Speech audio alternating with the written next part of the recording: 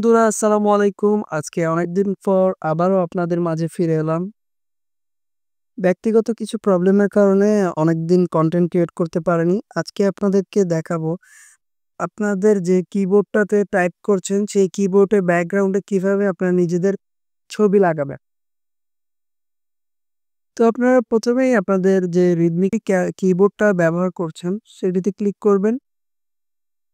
Click করার পর ডান সাইডে উপরে একটি সেটিং আইকন দেখতে পাবেন। এটাতে ক্লিক করার পর আপনার প্রেফারেন্সে ক্লিক করবেন। প্রেফারেন্সে ক্লিক করে না পেলে অবশ্যই থিমে ক্লিক করবেন। এখানে ক্লিক করার পর এখানে আমি আমার ছবিটি লাগিয়েছি, এইজন্য এখানে ছবিটা দেখতে পাচ্ছেন।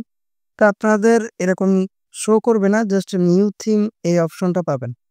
তো এখানে ক্লিক করার পর আপনারা এই ব্যাকগ্রাউন্ড যে ইমেজ একটি অপশন পাবেন, এটাতে ক্লিক করবেন। এটাতে ক্লিক করার পর আপনাদের গ্যালারিতে নিয়ে যাবে।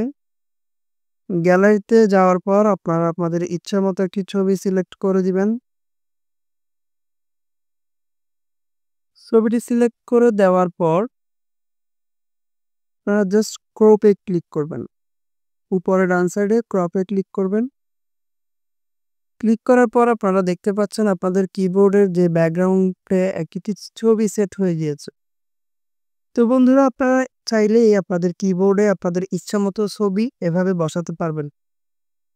তো বন্ধুরা ভিডিওটি যদি ভালো লেগে থাকে অবশ্যই একটি লাইক করবেন, একটি সাবস্ক্রাইব করবেন।